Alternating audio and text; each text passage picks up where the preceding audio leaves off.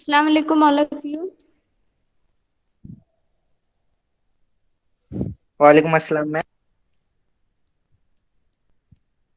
Okay.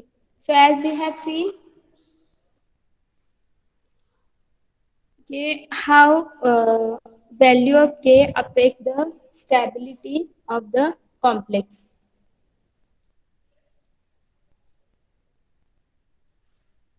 Larger the value of k, more stable is the complex. क्या करेगा? Simple आपको यहाँ पर क्वेश्चंस देगा, तीन चार रिएक्शंस देगा और रिएक्शंस के बाद में वो पूछेगा आपको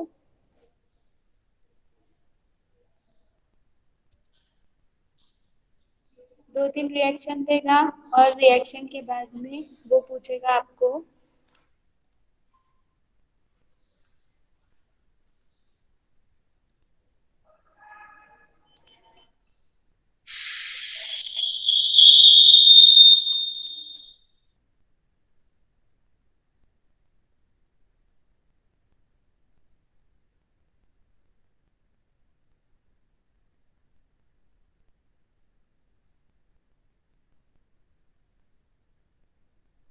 वेट अ मिनट.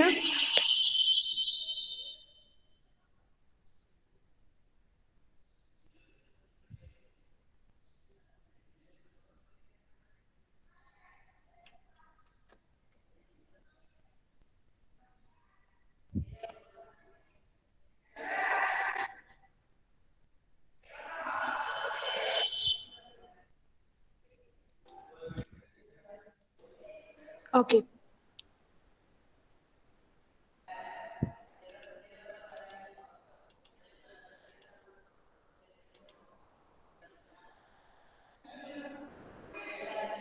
ओके. आवाज आ रही है क्या मेरी आप लोगों को?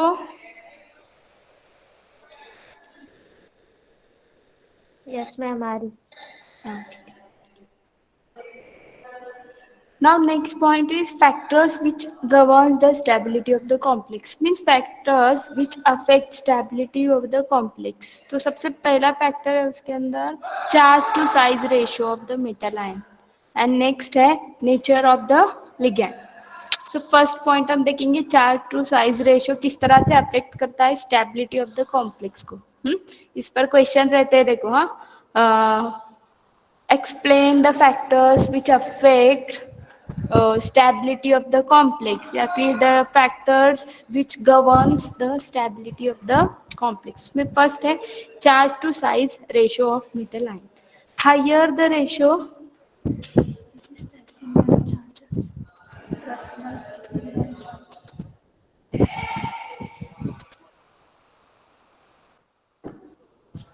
So higher the ratio, greater is the stability. For divalent metal ion complexes, their stability shows trend. यहाँ पर ट्रेंड कैसा रहेगा? कॉपर की स्टेबिलिटी सबसे ज़्यादा, देन निकेल की, देन कोबाल्ट, देन एफी. यहाँ पर इस ऑर्डर को आपको याद रखना है. हाँ, कहाँ से? Kopar copper, nickel, cobalt, एफी, manganese और कैडमियम. इसको हम बोलते हैं आइविंग विलियम ऑर्डर. इसको बोलते हैं आइविंग विलियम ऑर्डर. यहाँ पर जो केस में लिस्ट में है कॉपर एंड कैडमियम दोनों पर भी +2 चार्ज है, बट आयनिक रेडियस कॉपर का है 69 एंड कैडमियम का है 97. तो यहाँ पर हम क्या बोल रहे हैं? Higher the ratio greater the stability. On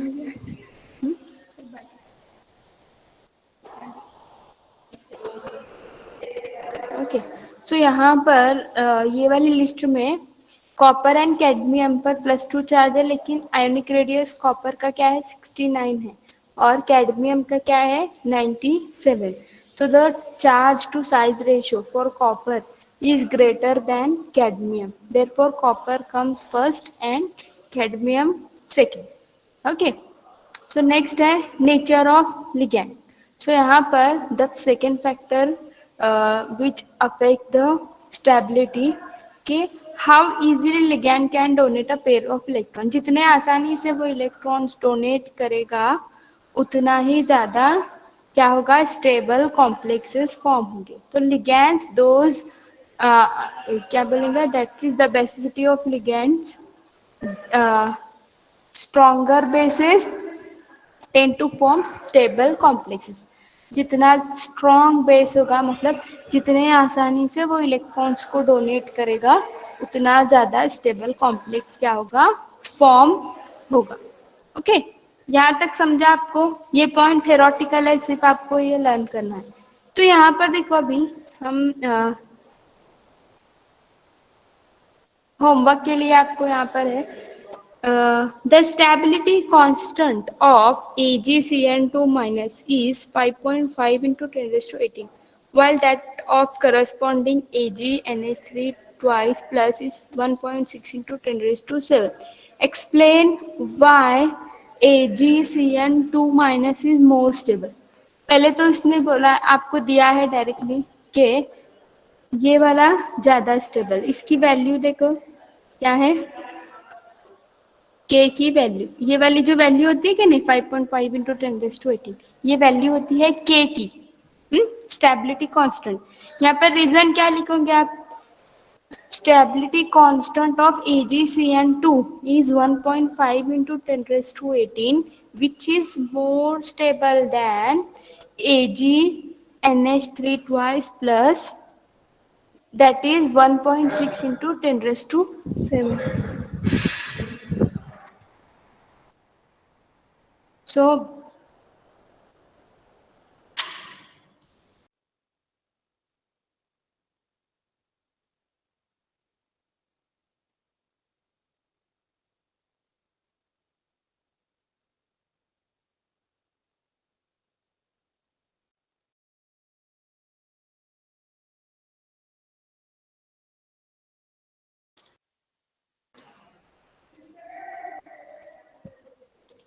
okay, so this is all.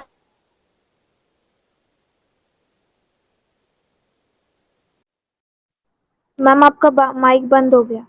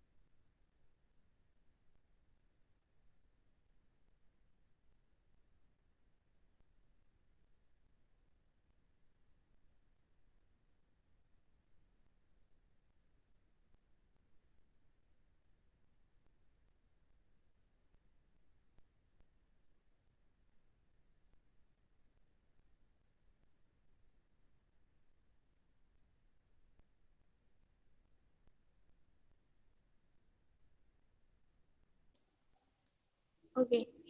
Now my voice is clear. आ रही है क्या आपको आवाज मेरी?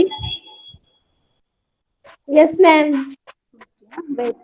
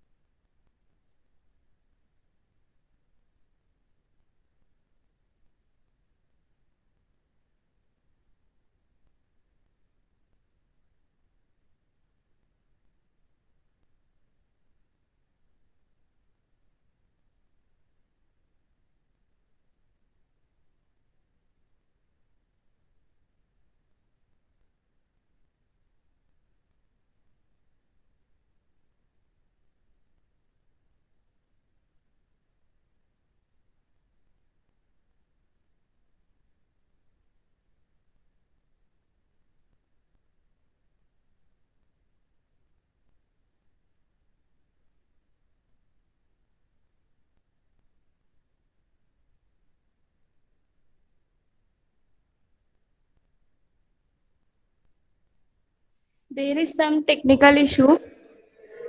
Hmm? We'll continue in 5 minutes. Don't leave the meeting.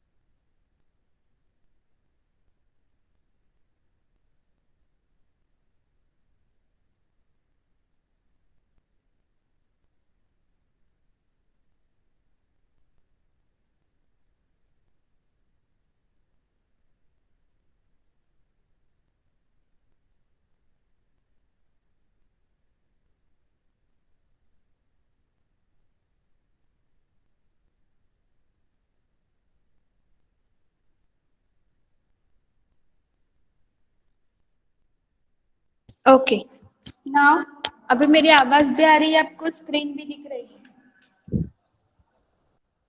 Okay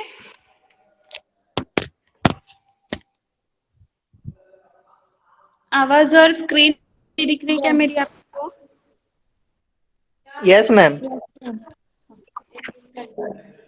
so next point is the theories for of bonding in the complexes so यहाँ पर अभी हम देखेंगे theory अलग अलग theories जो आपको बताएंगे कि यहाँ पर इसमें bonding किस तरह से present है coordination complexes में in that first theory is VBT theory valence bond theory and second is CFT crystal field theory okay so आपकी आवाज नहीं आ रही। बेटा आपका है ना इंटरनेट कनेक्शन चेक करो हाँ जहाँ पे अच्छा कनेक्शन आता है ना वहां पे आप ये करो बाकी की सभी लोगों को आ रही है मेरी आवाज यस आ रही है सो क्रिस्टल फील्ड थ्योरी ये वाला जो पार्ट है अभी आपके सिलेबस में से इन्होंने 25% जो सिलेबस रिड्यूस किया है उसके अंदर ये वाला पार्ट को उन्होंने कट किया है मतलब अभी आपको उसके ऊपर क्वेश्चंस नहीं रहेंगे बोर्ड से सिर्फ एक ही थ्योरी आपको valence bond theory BBT theory है आपके सिलेबस तो अभी बीबीटी थ्योरी जो है ये भी जिस तरह से आपकी एनओटी थ्योरी है उसी तरह से ये भी क्या करती है यहाँ पर भी जो आपके कॉम्प्लेक्स के जो आपके मेटल आयन है और लिगैंड है इनके दोनों के जो ऑर्बिटल्स है ये ऑर्बिटल्स क्या करेंगे रिएक्ट करेंगे और ये ऑर्बिटल लेवल पर आपको यहाँ पर फॉर्म कर देंगे तो ये वाला जो कंसेप्ट है it is based on concept of hybridization last year हमने सीखा है कि नहीं hybridization what are the types of hybridization कौन कौन से हाइब्रिडाइजेशन के टाइप हमने लास्ट ईयर सीखा है yes what are the different types of hybridization yes sp hybridization what are the different types of hybridization sp hybridization sp hybridization sp2 hybridization sp3 hybridization इसी तरह से sp3d होता है sp3d2 होता है तो ये वाला कंसेप्ट पर बेस होती है बीबीटी थ्योरी सेम और इसी के ऊपर हम इसका स्ट्रक्चर बोल सकते हैं और उसका केमिकल सॉरी मैग्नेटिक नेचर बताते हैं बहुत ही ज्यादा इंपॉर्टेंट पॉइंट है यहाँ पर देखो तो इसके अलग अलग जो स्टेप्स है फर्स्ट स्टेप क्या है metal ion provide backend D orbital for the formation of coordinate bond with ligand BBT theory के अलग अलग स्टेप्स है पहले हम स्टेप्स को लर्न करेंगे उसके बाद हम क्या करेंगे एग्जाम्पल सॉल्व करेंगे तो और ज्यादा अच्छे से आपको समझेगा इंशाल्लाह तो उसमें सबसे पहला पॉइंट है कि जो वेकेंट मेटल आयन है it provide vacant d orbital means empty d orbitals क्या करता है मेटल आयन प्रोवाइड करके देता है किसको, लिगेंड्स को. The vacant d orbital along with sp of the metal ion can take part in hybridization. तो ये जो vacant d orbital है, उसके साथ में s orbital भी हो सकते हैं और p orbital भी पार्ट ले सकते हैं हाइब्रिडाइजेशन के लिए. Next, the number of vacant hybrid orbital form is equal to number of donor atoms surrounding to metal ion. अभी जो डोनर एटम है, जितने इलेक्ट्रॉन्स डोनेट करने वाले, एक डोनर एटम कितने इलेक्ट्रॉन डोनेट करेगा?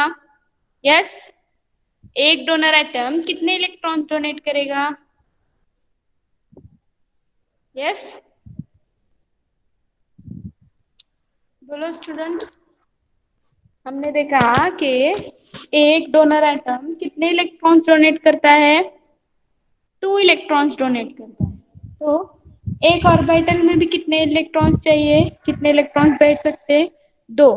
तो कितने वैकेंट ऑर्बिटल हो गए? The number of vacant orbital is equal to number of donor atom. number of donor atom. The overlap between vacant orbital and metal. अब यहाँ पर क्या होगा, जैसे सिंपल हाइब्रिडाइजेशन में ओवरलैपिंग होता था दो किनके बीच में, दो एलिमेंट्स के बीच में, उसी तरह से यहाँ पर ओवरलैपिंग किसके बीच में होगा? ऑर्बिटल के डी ऑर्बिटल, मेटल के वैकेंट डी ऑर्बिटल और लिगैंड के डोनर एटम्स, इनके दोनों के बीच में ओवरलैपिंग होगा और वहां पर क्या बनेगा? Metal ligand coordinate bond form होगा. The hybrid orbital used by metal ion point in the direction of ligand. तो वो लिगैंड के डायरेक्शन में होते हैं. Then next, n-1 or nd orbital used in hybridization allow the complexes as inner orbital or outer orbital complexes. वो क्या होता है वो हम देखें. अगर मेटल आयन ने n-1 d orbital यूज किए तो वो क्या होगा? इनर ऑर्बिटल होगा. If it use nd orbital तो वो क्या होगा? मतलब आगे के ऑर्बिटल को यूज करेगा तो आउटर कॉम्प्लेक्स हो जाएगा और इनर के ऑर्बिटल को यूज करेगा तो इनर ऑर्बिटल कॉम्प्लेक्स क्या होगा? वो इनर ऑर्बिटल कॉम्प्लेक्स कहलाएगा. तो यहाँ पर अभी यहाँ पर देखेंगे हम किस तरह से मेटल लिगैंड बॉन्डिंग फॉर्म होगी. तो इसके लिए स्टेप्स, फर्स्ट स्टेप क्या है आपको? You have to find out the oxidation state of central metal ion. Central metal ion के ऑक्सीडेशन स्टेट फाइंड आउट करना है. किस तरह से फाइंड आउट करना है ये हमको पता है कॉम्प्लेक्स में से. दूसरा है right the balance electronic configuration of free metal ion. Free metal ion की आपको बैलेंस इलेक्ट्रॉनिक कॉन्फ़िगरेशन. देन उसके बाद में कॉम्प्लेक्स देखना है, लो स्पिन है क्या हाई स्पिन है. तो ये पर किधर सिर्फ किसको देखना है? यहाँ पर ऑक्टाहेड्रल कॉम्प्लेक्सेस D4 और D8 के लिए देखना है आपको लो स्पिन है क्या हाई स्पिन है. Okay, from the number of ligand find out the number of metal ion orbital required for the bonding. So यहाँ पर लिगैंड के नंबर पर से आपको क्या फाइंड आउट करने का? मेटल आयन के ऑर्बिटल्स कितने लगेंगे, जितने लिगैंड्स है उसके according. Then identify the orbitals of metal ion available for hybridization and the type of hybridization involve. उसमें भी हाइब्रिडाइजेशन कौन कौन से टाइप है, फिर उसके ऊपर से हम टाइप ऑफ हाइब्रिडाइजेशन निकाल सकते हैं. Then write down the electronic configuration after hybridization, मतलब वहां पर आपको लिगैंड्स के इलेक्ट्रॉन्स ऐड करना है. Then show filling of orbital after complex formation. Then next determine the number of unpaired electron and predict magnetic behaviour.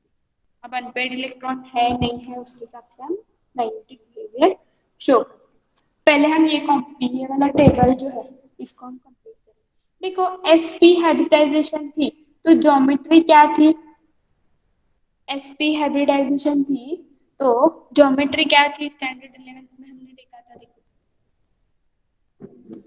What is geometry? Linear. Linear, very good. Geometry क्या थी? Linear. Linear. Okay, if sp2 hybridization होगा, sorry tetrahedral होगा, तो कौन सी hybridisation थी? देखो, which type of hybridization is present for sp2 tetrahedral? Yes, Is present of tetrahedral. Tetrahedral के लिए हाइब्रिडाइजेशन कौन सी थी बेटा? sp2 sp2 के sp3। टेट्राहेड्रल में कितने बॉन्ड्स होते हैं? sp3. Very good, sp3। Square planar के लिए 2. स्क्वायर प्लेनार में भी 4 ही बॉन्ड होते हैं, एक्चुअल में इसमें 6 बॉन्ड होते हैं, उसके 2 बॉन्ड ब्रेक हुए, तो वहां पर होगा sp3d2 या फिर d2sp3। नेक्स्ट,